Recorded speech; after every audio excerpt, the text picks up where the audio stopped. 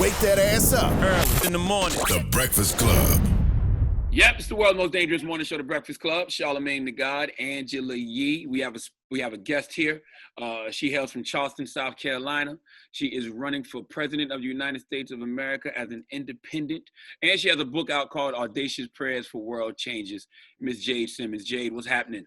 Thank y'all so much for having me. Mm-hmm. Now, Jade, I gotta Jade, ask you this because from your background, right? You're a classic pianist.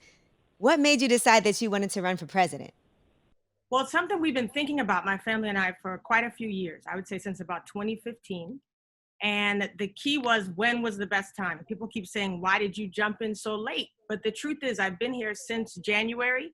We didn't announce publicly until February because we figured if we hadn't filed with the FEC, if we didn't make it official, there was no way the media was going to pick the story up. I'm going to just let that sit there for a second. But listen, we've been here, and the key for us, there were three things I was looking for to know if now was the time, if this was the time of the great paradigm shift that I believe was on the way. One, I felt like race relations was going to be at an all-time low. I'm the daughter of a civil rights activist. I've been speaking, understanding race since I was 5, 6 years old. And I felt like the climate we've been in for the last 4 years had really ripped things up to a point almost of no return if we didn't have the right leadership. Number two, I felt like we were going to have some incredible economic disparities, educational and racial disparities. I felt like they were going to be exposed beyond measure, like anything we've ever seen. And thirdly, as a Christian, quite honestly, I was getting tired of watching my faith be hijacked on the right, watching people pretend to worship the same God I worship, and to me, completely tramp all over the principles that teach us to honor and love one another. All three of those things have happened. Lo and behold, COVID-19 exacerbated everything. Lo and behold, the murder of George Floyd turned things on its head, and we have a unique moment in time. So even though we've been here for a while and people are just finding out about us, we feel like the time is ripe now. Now, do you have a background in politics at all? Not at all, and I'm excited about that. I think the last thing we want to do is have politics as usual. And before you say it, I know the man in the office right now ran on that same thing. No background. Listen, but if you put the top 5 things that you don't like about President Trump, not being a politician doesn't even break the top 5. He's not a good president because of who he is.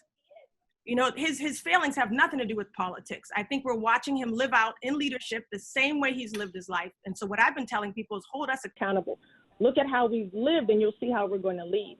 So you're talking to somebody who can pledge easily, especially not being beholden to either side, to prioritize people over politics, profit, personal agenda every single time. If this isn't the year that we need a palate cleanser president, I don't know what else is. Well, let's talk about some of your policies, Jay, because I would love to hear you tell us what are some of the things that you feel like we need, what you would want to implement, and what the plan is to get that done.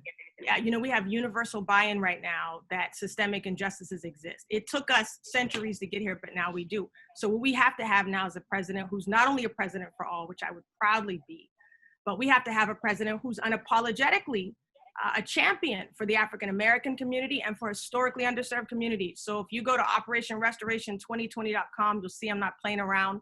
There's a whole page dedicated to breakthrough for African-Americans, breakthrough for immigrants, breakthrough for small business owners. And one of the things that I focus on for Black America is we need something like a new Marshall Plan. You know, I keep saying we went over to Europe back in the 40s, invested $12 billion in restoring their economy. Yet we haven't done the same here. So this is a conversation to me about restitution. We're talking about educational, law enforcement, and economic reform, specifically now designated to the African-American community. We've been generous in saying everything is for minorities, and that's important. You have to keep that. But I think now we have to have specificity. You've got to have funding going directly to Black businesses. You've got to have loans going directly to future homeowners, future Black homeowners. So I think this is a time where we have the room, more than wiggle room, to do some very definitive and specific things, especially for African Americans. But again, I'm proud to be a president of all. I have a multicultural background, and I think that's what's needed right now. You know, you said something very interesting. The reason people should take you serious is the fact that you actually did register with the FEC. And it blows my mind. I said this all last week. Kanye West did not even register. and everybody made it seem like he was really running for president. Even yesterday, they're like, oh, he's dropping out. He never was in. Is that frustrating? Listen, it's beyond frustrating. And what I would say, first, what I won't do is throw shade at intention, because I know what that feels like. Wait, your phone went out, Jade. I'm right here. I'm right here. You hear me? No, it's just you, I think. I hear it fine. Yeah, okay. What I'm not going to do is accuse Kanye of bad intention, because I've been on that side. People have accused me this is a career move. I'll tell you, it's the opposite. I turned an engagement down today because they wouldn't even let me mention that I was running. So what needs to be done is people have to take this seriously. Honestly, filing with the FEC is the easiest thing you can do. There are over 1,000 people right now who said they're running. What you want to check is see if this person is serious about policy. So we've been here. There is not a major publication, Black or otherwise, that doesn't know I'm here. So if Black voices matter, I'm just saying it can't be only the voices that are telling the story you want to hear. Every outlet you can think of knows that we've been here. They've known for months, and they haven't covered the story because this is a two-party system, and they want to keep it that way. Republicans and Dems don't agree on much, but in terms of keeping another voice out of the conversation, in our terms, we're being accused of not only splitting the left, but splitting the right. When's the next time you're going to have a candidate that can unify and potentially address needs on both sides? You're not going to see that, and that's a dangerous narrative, so you don't see it in the media. So thank you guys for having me on. I was talking to my team. We think this is our first truly national media, so we thank you for giving us the space.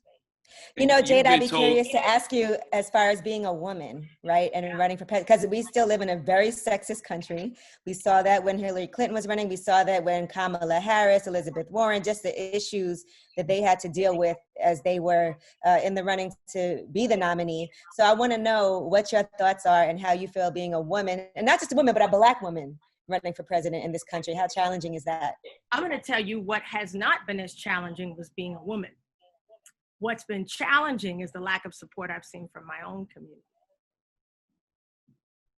So what we dealt with in the beginning was mostly the narrative about the split vote, which I feel is one of the most, the smartest narratives we have that keeps us hiding behind party lines. So when the people who are flocking to me right now are the unexpected. You know, we did the research on who we thought was going to be our base. And so we're excited that many more than we thought are flocking to us. And now we're getting a lot of support from the younger Black community, people who are looking at the two options and can't quite frankly imagine either of them taking us into a new era, who are saying we need somebody to speak powerfully and unapologetically about issues that affect Black America. So the women piece has been the least of my concerns. But you got to remember, Angela, I spend 80 to 90% of my time in my career in rooms that are full of people who don't look like me, specifically in the corporate world, rooms that are 80 to 90% white men. I know how to speak to these rooms. They hear me. I'm brought in by major corporations to talk about hard-hitting issues. They bring me in to make them feel uncomfortable. You see what I'm saying? And that's what we need now, is we can't settle for anesthesia in this season, status quo that let us just, feel better and get over the pain of Trump. We have to push through this now and actually do better and be better. And we need bold plans of actions for that and a bold voice. And that's what I'm bringing to the table. Yeah, I really wonder why independent parties, Green parties, libertarians can't gain more traction in these presidential elections, especially the last two presidential elections, especially since people don't seem to like any of the candidates. Yeah, but it's fear. It's fear. Fear is a mobilizing factor, and both parties use it brilliantly. When we run into people on the right, they'll say, no, we can't vote Democratic, it's socialism. On the left, they'll say, no, we can't vote. On the right, it's everything else, racism.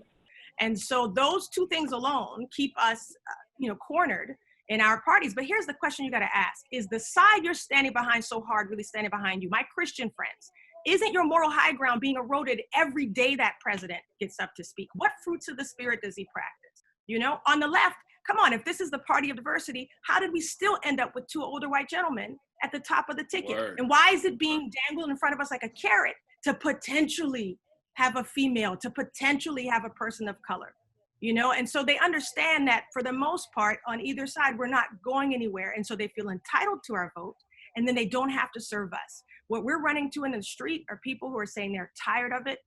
They are ready for something new. And we're excited because people who said they have never voted are registering, or they haven't voted in a long time are declaring their votes for me. And so this isn't about a split vote. To me, a wasted vote is settling in this season when we have a moment That's the biggest moment we've ever had to do something powerful. We've got buy-in now from people all across the world and in this in this nation, people who don't look like each other are believing in the same thing.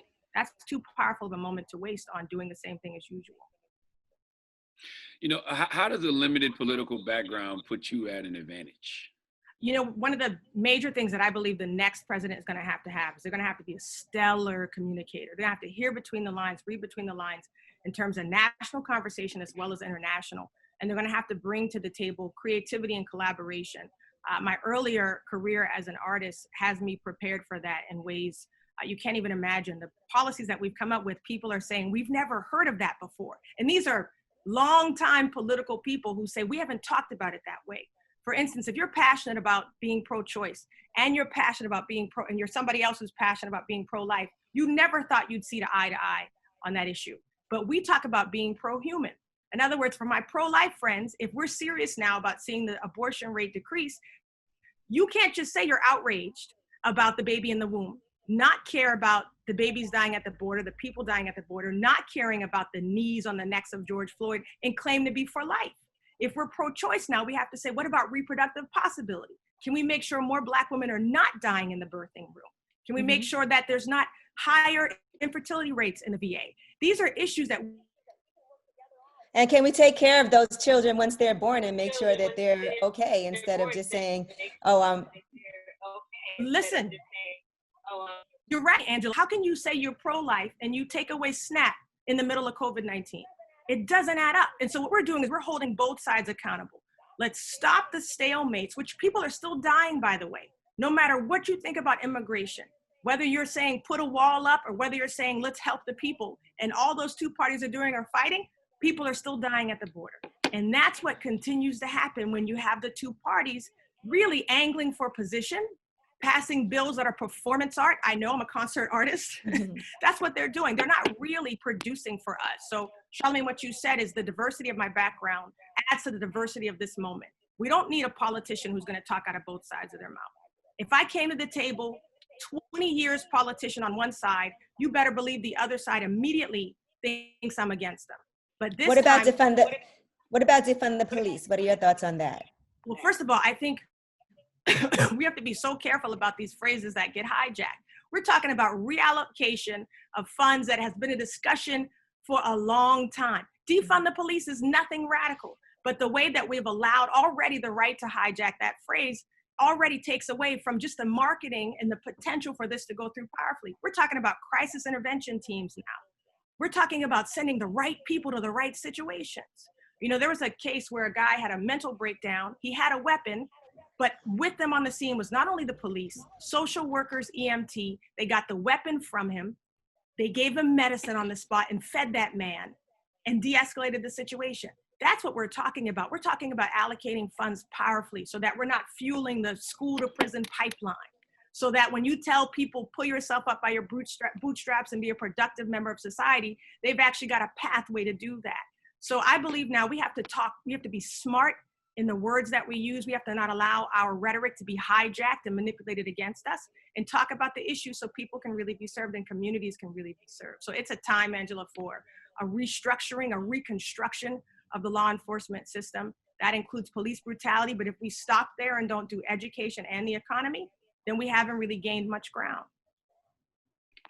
You know, I wanted to ask about your book, The Audacious Prayers for World Changers. What's that about? First of all, it's an old book. I didn't just drop it yesterday so that we know. I gotta be clear these days. I gotta be clear. It's an old book, and it's one of those moves. You know, if you look at my past, you'll see these junctures where I did something unexpected in order to serve more people. You're looking at the latest iteration of that. But that book I wrote in 2012. I always say, open Christian. I'm open about my faith. I'm proud of it because I believe it was given to me in order to serve people. And that was one of those things where, you know, my prayer life was important to me. I never knew it would be important to other people. And we're just so blessed that that book has changed the way that people pray. We should be praying bigger prayers. We kicked off our campaign with 50 days of prayer. We prayed for every state and every territory as a way to kind of seed the ground as we began to run. And even though the media didn't come to us, we didn't stop. We didn't drop out because we weren't doing this for attention. We were dedicated to serving people all the way to the White House. And so we've been blessed by the breakout. Our campaigns have become slightly like mission trip as well. You know, people need prayer, we pray. And we say, but go ahead and sign this petition though, so your girl can be on the ballot, right? But, you know, listen, it's been a powerful thing to be able to blend ministry with campaigning without blurring the lines of the separation of church and state. We're just serving people, and that's what leadership should be. Now, you've been to the White House before, correct? Yeah, I was there as a pianist years ago. Yes. You did your research. Yes, ma'am. So I want to ask, who did you play for? Who was in the office? It was actually it was a holiday celebration, and the Obamas weren't home, so I didn't get to meet them during that period. I was like, for real, Obama? Yeah, they weren't home, but I got to play. They have a beautiful Steinway concert grand there that I got to play on. Now, I wanted to ask you, say Donald Trump was like, hey, I would love to meet with you, you know, just to hear your views on some things. Is that something you would be open to doing? I don't think he would ever do that. And because I am so wary of manipulation, and I feel like that's the only thing it would be, I would have to decline that offer. You know, the reason I wanted to have you on, Jade, is because we all know. No, I'm not mad at that answer either. I mean, the reason I wanted to have you on is because we all know in these elections, big bank takes little bank.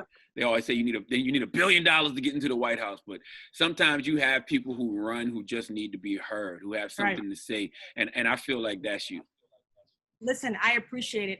We made a pretty hardcore pledge at the beginning that we would not spend anything close to what has been, we think it's a travesty that much money goes into the attainment of power.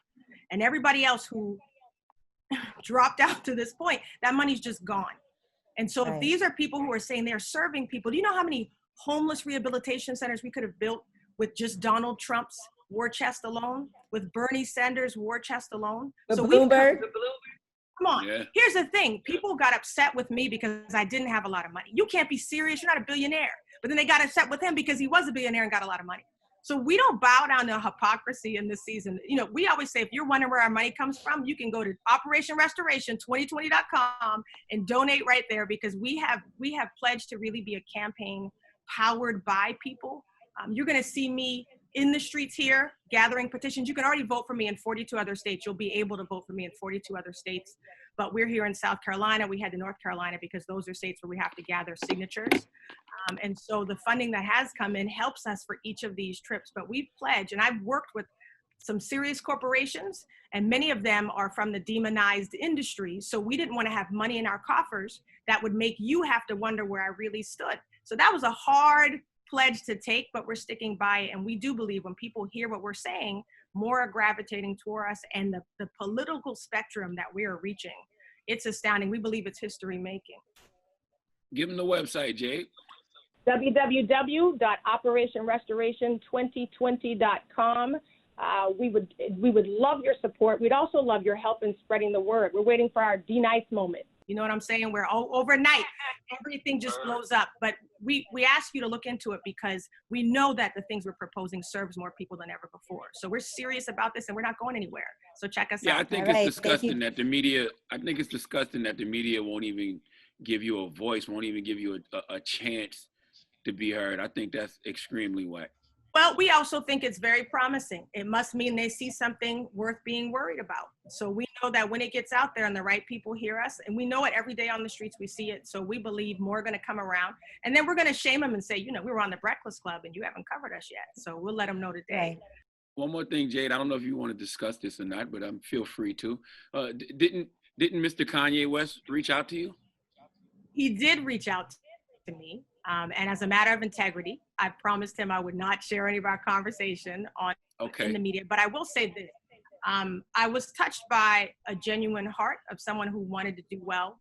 And I think, you know, you jump out in this thing and you realize it's real and people don't just rally to your side because of your name. And so I respect his decision now to step back as well, because it was cluttering people's perception already of what I was doing. So I'll make it clear, I was never friends with Kanye, never heard of him before a few days ago, never talked to him before a few days ago.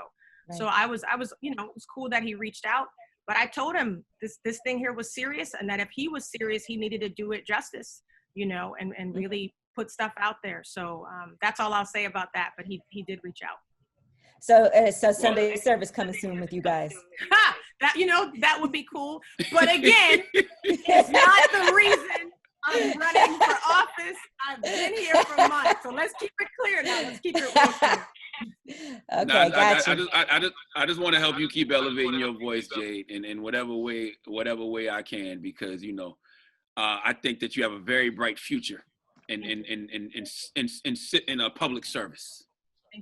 Thank you very much. I appreciate it, and I appreciate the time. And as things heat up, I'd love to come back and really dig into the issues. I think that's important for people to hear, and also be able to hear that I can hold my own when the time comes. So I'm looking forward to it. Thank you so much. And hopefully we can do it live in studio next time. This Zoom ain't doing it no justice. That'll be wonderful. Thank you. All right. Thank you, Jade. Take care. Right, peace. Bye-bye.